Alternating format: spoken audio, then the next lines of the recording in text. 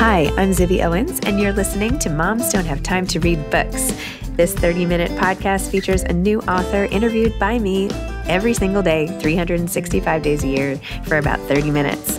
I am also the publisher for Zibby Books, which publishes 12 books a year in fiction and memoir. Our books are already out now. You can check it out on zibbybooks.com. And we have a magazine called Zibby Mag, where we have lots of wonderful essays and lifestyle features. That's at zibbymag.com. We have classes at zibbyclasses.com. And I recently opened a bookstore in LA called Zibby's Bookshop at 1113 Montana Avenue at 11th Street in Santa Monica. I hope that you are able to enjoy some of our other offerings. But this here podcast is the basis of all of it and started in 2018. And no matter what I do, this is basically my favorite thing. Enjoy.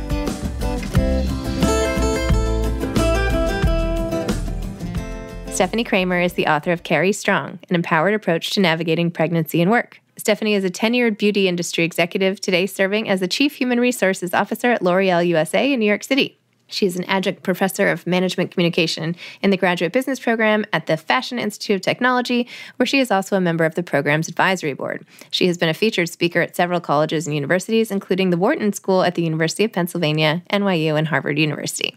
Hi, Stephanie. Thank you so much for coming on Moms Don't Have Time to Read Books to discuss Carry Strong. Of course. So great to be with you, Zibby. Thank you for having me. Of course. First of all, I feel like I need your web designer because you have the best website ever. She's great. She's an awesome human. You absolutely can have all the information. Really? Okay. We'll have to touch base after this. She's really good. I want you to talk about the book, but I want to just read this quote that you had on the site, which says, just because you carry something well doesn't mean it isn't heavy. Yes. Oh, I love that so much on so many levels. Yeah. It's one of those things that, I think we all feel like. Even when I was writing the book, I wanted to be something that was lifting some weights off our shoulders. Yep. But it doesn't mean that it's not going to exist. So, right. It's just because you carry well doesn't mean it isn't heavy. That's right. And we don't have to always show up that way, for our friends, for our family, for ourselves. But sometimes it's okay to recognize there's some pressure. Yeah. Pressure. What do you mean? There's no pressure. Exactly. And working and having kids and whatever. Where is the Carry Strong for teens? I need that. I need the PS to this. Well, wait, let's back up. Why don't you tell listeners what Carry Strong, the book, is about, and also the accompanying company and mission and all of that, because it's all wrapped up. Sure, absolutely. So Carry Strong, which the full title is Carry Strong, an empowered approach to navigating pregnancy and work. It launched in May in 2023. So during the month of mothers, my first book was a real labor of love, pun intended. And I wrote it over the past 3 years late at night. So I have a full-time day job. I am also the mom of 2 young sons and a professor. And for me, that I saw the advice I was often giving behind closed doors from my own experiences, having a much bigger home and place, particularly in something as powerful as a resource like a book that you can read in private, you can share with someone, you can discuss if you want to or not, or listen to it like our listeners. And so I wanted to create something that was comprehensive, but for something really specific, which was navigating pregnancy and work. So I started the first of 4 quantitative studies, and then I did over 200 interviews with amazing inspirations and icons. And the result is the book. Wow. So what are some of the takeaways that we should know? How can anyone survive that time of life? Yeah, well, I think the big part of it is that there's the survival instincts that kick in, but it's also what you can do and you can thrive and actually come out on the other side of it. And so many women shared this, but in hindsight, they want to thank themselves and they got a confidence boost and they have so much pride in becoming a mother and a working mother. So within the book, there's 2 sections. One are these 5 principles that I really found from the research and the stories were helpful, no matter what phase you're in. And then the second part is actually to define the phases of pregnancy and work as not just when you have a baby bump or not just, maternity leave, but actually from way before you think about it. And even college age women or even teenagers, it allowed the conversation to happen earlier and in fact starts to lift off exactly that same kind of heaviness that you can be feeling. So the 5 principles are perspective, balance, community, communication, and identity, which was by far the hardest chapter to write. Which one? Identity was hard? Identity was super hard. I wrote it once I was finished with the whole thing. I think personally, it was the one that I grappled with the most, but so many women where their stories were so empowering that I wanted it to be like a really pivotal one. And then the phases, which I think is really helpful for anyone, either to be supportive of someone going through this, or if you're in it right now, or maybe this is long in your past or way in your future. So the BTTC, so before trying to conceive, what considerations are you making for your places of work, or the type of job you might want to have, or what do you want for your life right now?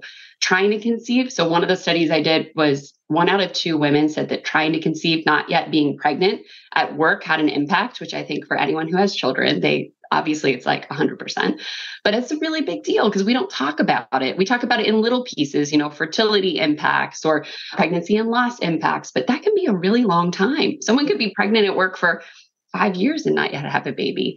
Then there's the private pregnancy, which instead of giving people, there's the rules of, is it at the end of your first trimester that you share, or you have to share earlier if you have issues.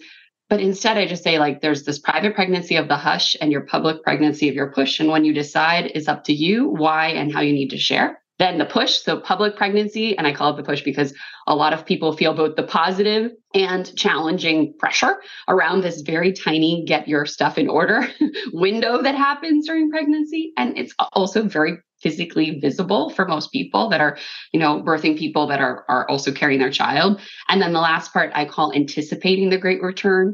There's a few awesome resources for the great return or return to work, but for me, it was really important how to bridge that with anticipating. So do a walkthrough of what your day is going to be like, or have the conversation about what your job could be like when you come back while you're still in it, or what resources you need, private places to pump.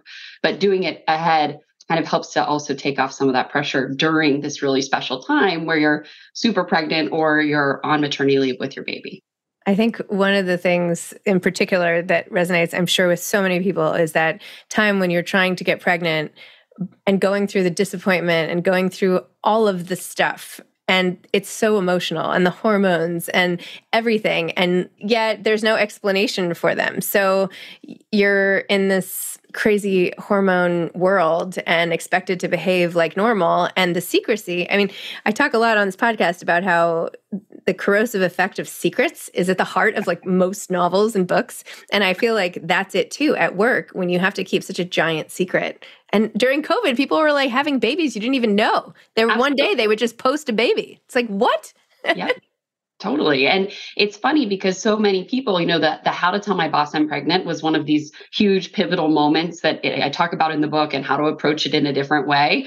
But it's like, people think that there's going to be this horrible impact of their perception or their identity shift and what their boss is going to say. And often at the end of it, the boss hopefully says something like, if you're half as good as an employee as you are, being a mom, that's a lucky kid. But for women, we feel it a lot. And we're also really worried about our health at that time. It's, there's so many other factors that are out of control and also private at the same time, for sure. I remember when I was a very new mom and it was the summer and I was like in my house alone a lot of the time. And I was like, this feels like not the right society to be having kids in. It would have been so much better just to be able to have a kid, and it's okay, but things don't slow down for even a minute to allow you to have a totally different lifestyle with different hours and, all the stuff that especially the beginning requires. Absolutely. Tell me more about why this identity chapter was hard for you. I would think it's so easy. Look at you. You're like, you've got like a whole brand associated. Well, I think for me, it was, I had been writing this book. So I have 2 sons, one's 9 and one's 5. So I was writing the book with the pregnancy in my rearview mirror, but I was giving advice to people. And I was kind of trying to think about it in how to write it so that I expressed my own point of view. I expressed the research, but I gave a lot of space to it. Because I think the one thing I was really deliberate with in the book is any of the stories or the advice is more to empower her or, the environment around her versus saying like, oh, here's how you can think about your identity. Because for some people, they didn't feel a change at all. And in fact, they don't want to have any kind of perception. Other people are like, I'm a completely different person. And this, I'm a metamorphosis happened during my pregnancy. And it might also be that this happens right away or years later in hindsight. So I think I just thought about it a lot for myself, but then also how to make sure that I wasn't adding any other constraints on all the dimensions that we give to ourselves, all the labels we get to ourselves. I'm a mom and I'm a sister and I'm an employee and I'm all these different places. So I was trying to kind of take that off. So why in the midst of your own busy life take time out to help all these other moms? Where is this coming from? Have you always been someone who helps other people? So, this was such a really resonant topic personally, but I also realized that there were so many people that were willing to share their voices and stories and didn't know how to do it. Mhm. So I majored in chemistry, so I'm a super nerd. But on the other side, I've always been in marketing and like product development, and I like bringing together different ideas. And for me, it was like crystallizing that together in one single resource, but was so fueled by these most private personal moments that people were willing to share in order to help others. So yes, I felt that way, but I'm so much more motivated by the fact that there are so many amazing humans out there that are willing to do that too, not just within the book, but also that right now is a moment where we can flip the script. This is what, the shift in our culture that needs to happen. So I think those two fueling things for me were like, okay, I can do this. I can write it between 11 o'clock at night and 2 o'clock in the morning. Because when I was reading the stories, I really genuinely felt not alone, which is exactly what I wanted to do with the book for so many, but also like, all right, if I can help to move the needle just a little bit, I'm going to go for it. What are some of the stories that you're most excited about or that you felt helped you the most? I mean, I think so. This week I was speaking to someone and who's a fantastic leader. And that the notion we're talking about with the self-doubt is real. And one of the questions I ask any interviewee, so CEOs or Olympians or nurses, practitioners, physicians, I asked them 5 questions. I said, tell me a story about you when you were pregnant at work. What phase did this occur? Because I wanted to see how it lined up with the phases, or advice to make sure I put it in the chapters, which I know you appreciate. Then I think for me, I asked, well, what advice do you have in hindsight? What advice do you wish you would have had? So I could tie together advice of others kind of in between the stories. Yep. And then the last question that I asked every person was, who do you want to thank? And one person that sticks out in particular was, she said, myself. And so I was like, okay, that's a really cool story. Her story in the book is just a very simple thing, advocating for a seat on a bus. Very simple pregnant request that I'm sure so many people can relate to. But that little moment was something that she recognized, this boost in confidence that she needed to take care of both herself and also her child in that little moment was really powerful. So there's amazing stories from people throughout the book, but that's the one that right now is in my mind. So when people were thanking other people, myself, yes, okay, I can see that. Who else was a surprise to you? And were there people who thanked their bosses and were grateful for them and that made the whole thing better, or thinking more like their moms, or across the board? So I talk about in the book the community that you need to create. And obviously, a lot of people thank the people closest in. So whether that's a partner or a family member or a best friend, and then within work, a lot of people they thank that boss. And if they had that boss, then they're going to be that boss. And if they didn't have that boss, then they also want to be that boss that can be there for someone else. It also is sometimes, the best friend at work, or the ally, or the secret partner during that secret time that helped people navigate until they were ready to share. And also there were some surprising thank yous to teams where I think people realized in hindsight, like, wow, they either really helped me in this moment, or I couldn't have done this time period without them, because they created their own community that also were going through similar experiences. I know your book is geared more towards the mom, but as someone who has a team and a lot of young girls on my team, young women on my team who are amazing and hopefully will stay with me forever, and I'm assuming at some point, if that happens, they will have families, or at least some of them. What can you do as an employer? And the script earlier that you talked about was really helpful, but what can you do to set up a culture at work that makes it as easy as possible for the workers to succeed? Not workers, the team. You know what I mean? Yeah. One thing that you can do, and you already do, is you're just talking about your own experiences. So it makes it very normal, not just to talk about children or pregnancy and work, but all of the many work-life intersections. So I often start big with that and say, like, listen, if you create an environment where people are comfortable to, overuse phrase, but bring their whole selves to work, that happens in those big life moments. It happens in little life moments. So when you need to have the how to tell my boss I'm pregnant conversation, or, hey, I'm thinking about, freezing my eggs, it's much more natural and is a conversation versus a pressure that they're feeling.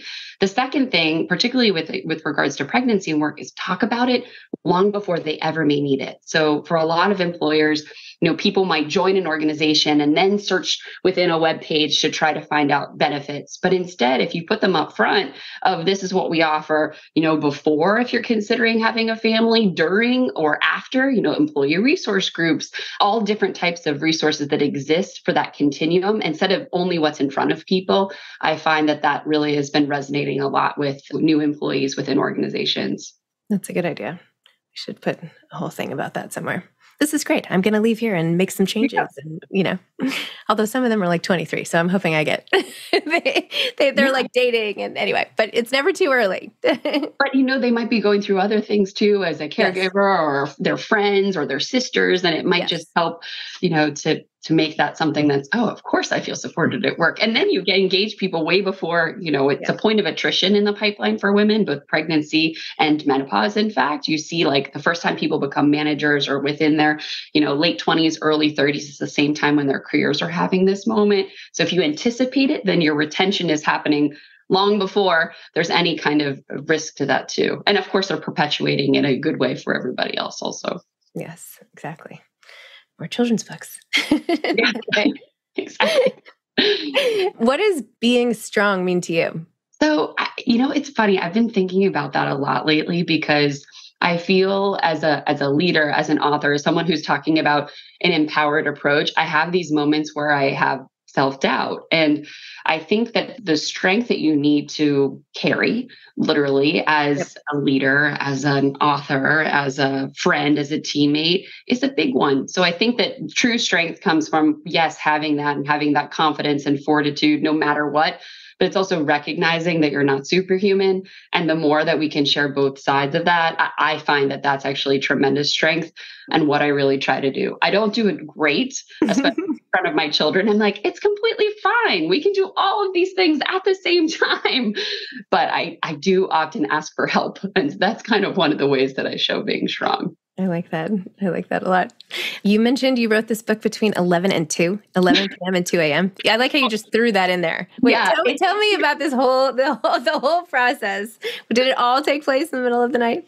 Well, it couldn't because of the interview piece, but the writing. Of course. No, the writing, I mean. Writing. A lot of the writing did, because one thing, first of all, I'm a night owl. Second of all, I work for a global organization. So the early mornings, I'm normally already kind of on that time zone, versus at the end of the night, I would put my kids to sleep.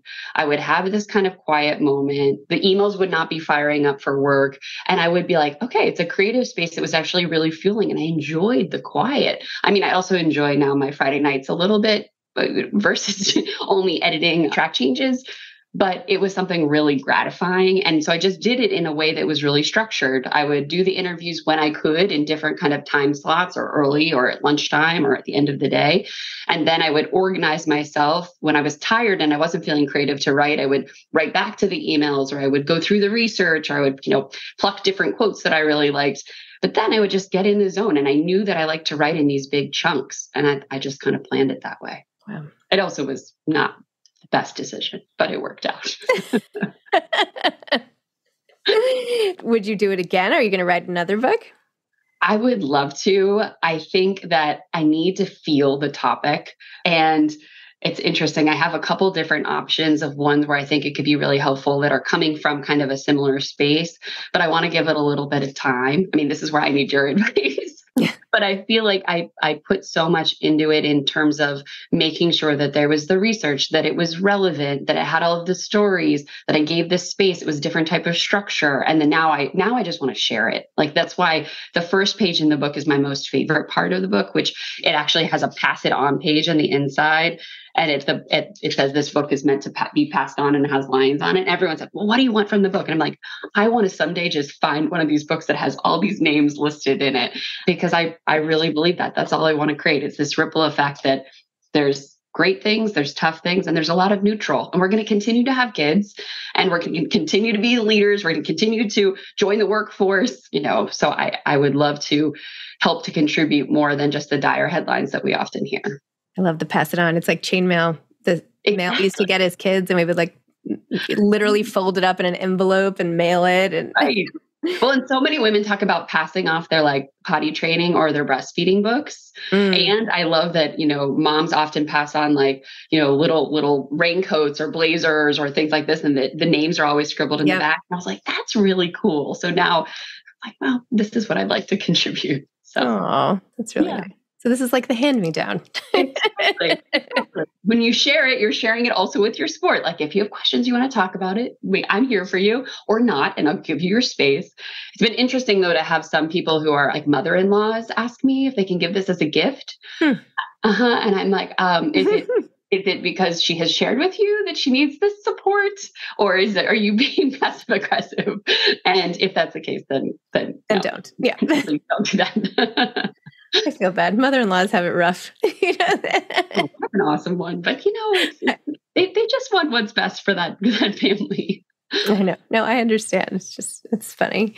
What did you want to be when you were a little kid? I wanted to be, two things I wanted to be was a CEO and a mom. And then somewhere in between that, I actually had an ambition I would mix potions in my bathroom. So I'm in very much a similar space with all of those things that I do now. But I was really inspired by Mary Kay birthday parties. And so I wanted to have like the pink Cadillac and create these magic potions. And on the side of that, I also wanted to, have a big family. So I'm doing my best against those lofty goals. That's awesome. I love that. Yeah, it's like the whole Tupperware. Yeah, why not? It was really cool. But now I'm really proud because I get to work also with people. So I was a chemistry major in undergrad in college. Then I started working for chemical and then beauty companies. And now I'm really proud to work at L'Oreal and get to work with those scientists, but also with the people. And with my job in HR, it's been pretty amazing to be able to bring it all together in a organic way. I worked for a short time at Unilever doing consumer products management for the launch of the Vera Wang fragrance. Amazing. And I learned so much about, beauty in general and companies devoted to that. And oh my gosh, tooling of the bottles and everything and the noses, everything that goes into every single product. I've never looked at anything the same since. Totally. That was actually one of my first jobs was at a fragrance house and I worked on Britney Spears' Curious. Oh my goodness. Wow. Classic. Yeah, I cannot. And all the ads, we would like rip out the ads and what do the bottles look like and the smells. And at the beginning, they were like, once you smell Angel, you'll never be able to not smell it. And I was like, what do you mean? And now anytime I smell that fragrance, I'm like, yep. It's true. It is. I can smell it right now. Do you wear that? No, it's just the same thing where you different ones. And now I'm like, wow, here we go. Yeah. It's so funny. Do you like to read in your spare time? And if so, what? And by the way, how great that you recommended other books like in your genre. That's really awesome. That's a nice thing. I remember when I met Lauren Smith Brody at an event, I was like, hi, I have to tell you, I'm a huge fan of yours. And basically when I was writing my book, I was like, okay, where's the sweet spot between all these other awesome books that way I can say, you can buy this, but you also should get this one and this one and this one. And that was pretty cool. I love to read. I like to alternate. So I try to read something that is full pleasure and then something that is going to have some kind of more intellectual value. So I alternate back and forth. But it's interesting because I also have a cousin who the two of us do these book clubs and try to also pick books for each other to like. So I'm actually in the market right now for a new book. So any recommendations, which I know you have many, very welcome, as I'm about to actually get on a plane. So I have to load up the Kindle. I interviewed Angie Kim this morning, who wrote Happiness Falls, which I would recommend. Awesome. You should pick this up for the plane. It goes immersive and interesting and talks a lot about parenting. And I don't know, it's really good. That was a terrible pitch, but it's a really good book. Right. Well, I'm very open and you certainly have good suggestions. So thank you. It's been nice though, after writing, I don't know how you feel about it, but like when you're writing, it's really hard to read. Just one, my brain would have trouble kind of with those space, but also like you start to go back to what you're writing. And I don't know, it was tough to really get into a good book. That this summer, once the book was launched, I was like, oh, I was so happy. I was like flying through things. It was nice. There's an old stack. There's actually a stack behind me too, just a whole bunch of ones that I wanted to read. Always, you have to have the stack going. You always have to have the stack. And they look so pretty too. So They do. I know. They make great ornaments. I know. They look really good. I keep meaning to move around these colors behind me, but I don't think of it until I'm like in the middle of a podcast and I run out of the room. I love your books. It's really beautiful. Thanks. I actually love your wallpaper. It's really nice. Yeah, it's a good love. It's all in this bookshelf. I'm actually sitting on this other desk because my other computer decided not to work. So. Oh, well, looks great. It works. And how do you know Eve Brodsky? So I met Eve. It's funny because she was introduced to me through a couple different people, contributors in the book, and also was just so impressed by her and by Fair Play and by, Find Your Unicorn Space. And then she contributed one of her stories and then she blurbed the book. And I think that she just is such an example of what I aspire to with creating a conversation. And I think she has done that so well, particularly with, I say in the book, like shining all the lights on the caregiving burden. For me, it was the same thing where I was like, all right, I want to flip the script on this cultural constant of pregnancy and work. Yeah, just really impressed by her. Amazing. Thank you so much. This has been so enjoyable. I feel stronger already. And your whole message and the way you're helping, it's really great. So thank you. Bravo. Thank you. Thank you for everything you've created and encouraging, more individuals and certainly moms who should read books. That's true. Yeah, we have to make time. Yeah. Certainly not going to find it laying around. Got to make it. Listen to it. We can read it. We can touch it. We can sign it and pass it on. Exactly. Yes, but thank you so much. Love it. All right. Take care. Hope to meet you in person. Yeah, thank you. Bye-bye. Bye. Thanks for listening to this episode of Moms Don't Have Time to Read Books. Don't forget to follow me on Instagram at Zibby Owens and at Moms Don't Have Time to Read Books. Also sign up for my newsletter at zibbyowens.com and sign up for my virtual book club and meet lots of authors on Zoom every other week. Thanks so much to Steve and Ryan at Texture Sound for the sound editing. And thank you to Morning Moon Productions for providing this fantastic intro and outro music.